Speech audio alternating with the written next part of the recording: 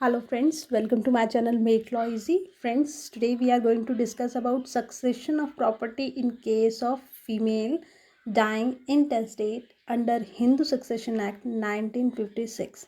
इससे पीछे वाला जो वीडियो था, पिछला वाला वीडियो था, उसमें मैंने succession of property in case of male dying intestate के बारे में डिस्कस किया था अंडर हिंदू सक्सेशन एक्ट 1956।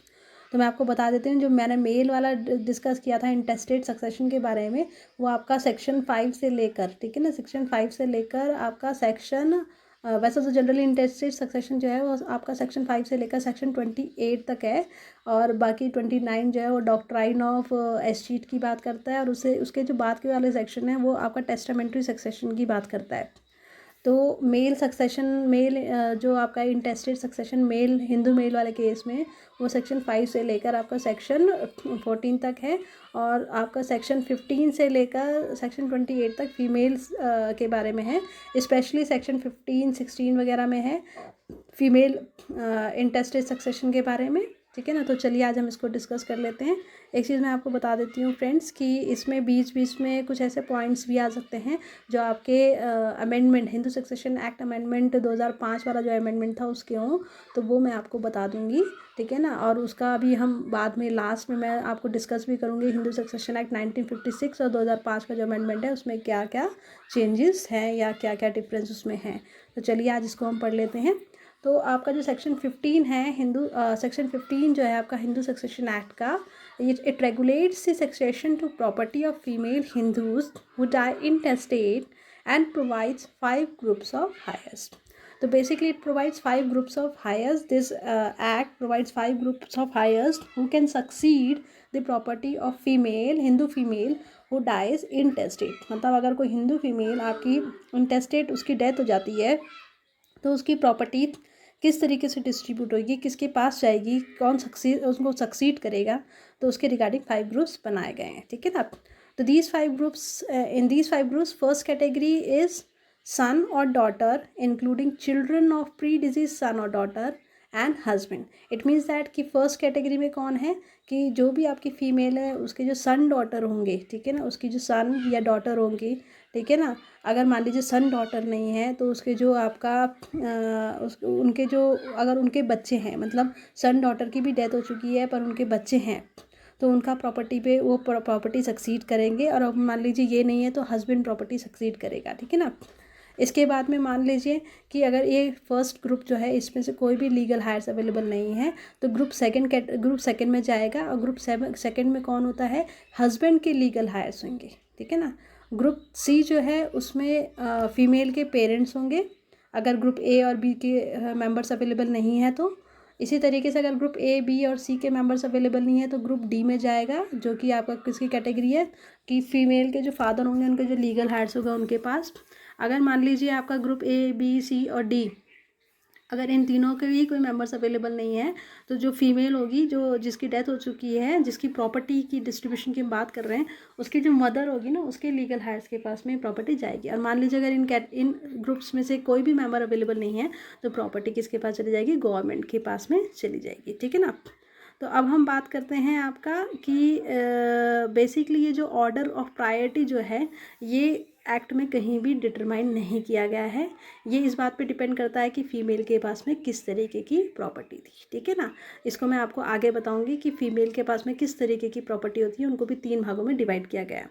तो सेक्शन 16 जो है section 16 of these groups are referred to as entries. Section 16 में इन ग्रुप्स को they are referred to as entries की तरह रेफर्ड किया गया है।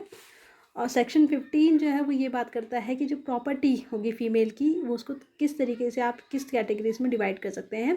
तो they had given 3 categories of females property, ठीक है ना। First is property inherited by her from either of her parents. मतलब उसके पेरेंट्स, किसी भी पेरेंट्स, चाहे मदर चाहे फादर, से उसने जो भी प्रॉपर्टी एक्वायर करी है that belongs to category first. फिर सेकेंड होती है कि property inherited by her from her father और फादर इन लॉ। मतलब whatever property she has inherited from her father और हर हस्बैंड और फादर इन लॉ, मतलब उसके जो पति है या उसके जो ससुर जी हैं उनसे जो भी प्रॉपर्टी उसने इनहेरिट करी है that belongs to category second, ठीक है ना। और इनके अलावा जो भी प्रॉपर्टी है कैटेगरी फर्स्ट और सेकंड को छोड़ के जो भी प्रॉपर्टी होगी उसकी, वो आपकी थर्ड कैटेगरी में आ जाएगी, ठीक है। ना अब डिफरेंट सर्कमटेंसेस क्या हैं सक्सेशन के। सबसे पहले आपका, अगर मान लीजिए if deceased has left a child और child of a predeceased child, then the property will goes to group A legal heirs, ठीक है ना। It means that whole property will go to group A heirs. Group A heirs किसकी बात कर रहे हैं हम, आइदर सन और daughter of predeceased son और डॉटर, फाइन। मतलब अगर उसके बच्चे अलाइव हैं तो प्रॉपर्टी उनके पास चली जाएगी। अगर उसके बच्चे नहीं अलाइव हैं बट बच्चों के बच्चे अलाइव हैं तो प्रॉपर्टी उनके पास चली जाएगी। सेकंड कंडीशन है कि अगर मान लीजिए उसके बच्चे भी नहीं हैं और उसके बच्चों के बच्चे भी नहीं हैं, if she has no child और a child of a predeceased child, ठीक है ना, नहीं है, then the property will go to husband, ठीक है। प्रॉपर्टी किसके पास जाएगी, हस्बैंड। अगर उसके बच्चे नहीं हैं, बच्चों के बच्चे नहीं हैं, then the property will go to husband, ठीक है ना। बट थिंग इज़ दैट कि हस्बैंड के पास में कौन सी प्रॉपर्टी जाएगी, वो आपका जो कैटेगरी थर्ड की जो प्रॉपर्टी है वो इनहेरिट करेगा, ठीक है ना। The property of category third, only category third will go to the husband. मतलब इनहेरिटेड प्रॉपर्टी को छोड़ के जो तीसरी कैटेगरी वाली प्रॉपर्टी थी वो हस्बैंड के पास में जाएगी। Then we talk about group B. when and how the group B will get the property or inherit the property, only when group A members are not available, ठीक है ना। so group B can inherit property of category second and category third। मतलब group B के जो members हैं वो category second और category third की प्रॉपर्टी इनहेरिट कर सकते हैं। तो दे will inherit category second property in which case, in the case when the female who died intestate don't have any child or a child of a predeceased child। and next condition is they will also inherit category third property। मतलब इस case में तो उनको सिर्फ category second की property मिलेगी जो कि उसने इनहेरिट करी थी अपने हस्बैंड से या फिर हस्बैंड के फादर से, ठीक है ना। But they will also inherit, group B में कौन से लोग आ रहे थे कि जो उसके हस्बैंड के जो लीगल हायर्स होंगे वो उसके हस्बैंड के लीगल हायर, तो उसके हस्बैंड के लीगल हायर्स जो वो प्रॉपर्टी कब इनहेरिट करेंगे, वो प्रॉपर्टी इनहेरिट करेंगे जब आपका ग्रुप ए के मेंबर्स अवेलेबल नहीं है। और कौन सी प्रॉपर्टी इनहेरिट करेंगे, सेकंड और थर्ड कैटेगरी वाली। सेकंड का मैं बता चुकी हूँ, थर्ड कैटेगरी वाले वो प्रॉपर्टी तब इनहेरिट करेंगे जब जो फीमेल है उसकी डेथ हो चुकी है बट उसका हस्बैंड भी अवेलेबल नहीं है, हस्बैंड भी सर्वाइव नहीं कर रहा है, ठीक है ना। Then comes to group C। so group C persons will get property only when group A and group B members were not available। so they will inherit which type of property, only category third property, okay।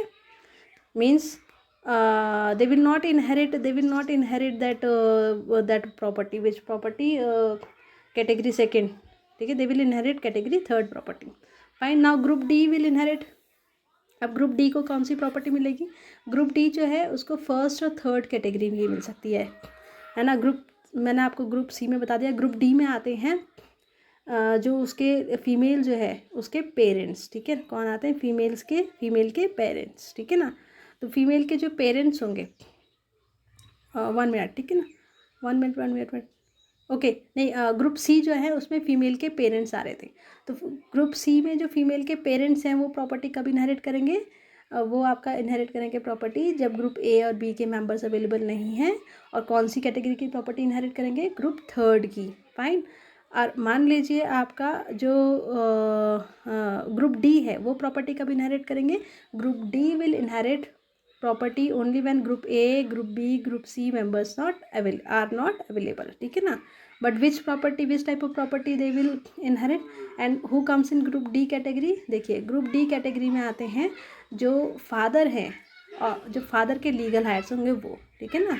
तो जो group D है, group D will inherit property that belongs to category 1 when disease has left no child or child of a pre-diseased child। it means that father के legal hairs को property category 1 की property तभी मिलेगी जब उसके कोई child या child के चाइल्ड अलाइव नहीं है। और कैटेगरी थर्ड की प्रॉपर्टी कब मिलेगी? जब group A, group B, group C का कोई भी मेंबर अवेलेबल नहीं है। पर ये ध्यान देने वाली बात है कि जो उसके फादर के, फीमेल के फादर के जो लीगल हायर्स होंगे उनको कैटेगरी सेकंड की प्रॉपर्टी नहीं मिलेगी किसी भी केस में, जो कि उसने इनहेरिट करी है किससे? अपने हस्बैंड से और उसके हस्बैंड के फादर से, ठीक है ना। अब ग्रुप ई की अगर हम बात करें तो ग्रुप ई जो है वो प्रॉपर्टी कब इनहेरिट करेंगे? वो इनहेरिट करेंगे जब ग्रुप ए, बी, सी और डी के मेंबर्स अवेलेबल नहीं हैं, उसके कोई भी हायर्स अवेलेबल नहीं है। और कौन सी प्रॉपर्टी को इनहेरिट करेंगे? वो सिर्फ आपका कैटेगरी थर्ड की प्रॉपर्टी को इनहेरिट करेंगे। फाइन। सो ये ग्रुप ई वाले जो हैं वो कौन होते हैं? वो होते हैं आपका फीमेल है, फीमेल की जो मदर है उसके लीगल हायर्स, ठीक है ना। और उनको कौन सी प्रॉपर्टी मिलेगी? कैटेगरी थ्री की खाली कैटेगरी थ्री की प्रॉपर्टी उसको मिलेगी। तो ये तो आपका जो इंटेस्टेड सक्सेशन फीमेल के केस में, हिंदू फीमेल के केस में मैं डिस्कस कर चुकी हूँ। नेक्स्ट जो वीडियो है उसमें मैं आपका हिंदू सक्सेशन एक्ट 1956 और 2005 वाला जो अमेंडमेंट था उससे रिलेटेड कुछ इंपॉर्टेंट पॉइंट्स आपको बताऊंगी जो याद रखने लायक हैं और जो आप एग्ज़ाम पॉइंट ऑफ व्यू से भी इंपॉर्टेंट हैं। तो प्लीज़ वीडियो ज़रूर देखिएगा। Thanks for watching this video, and अगर आपको पसंद आया तो प्लीज़ लाइक एंड सब्सक्राइब ज़रूर करें। Thank you very much.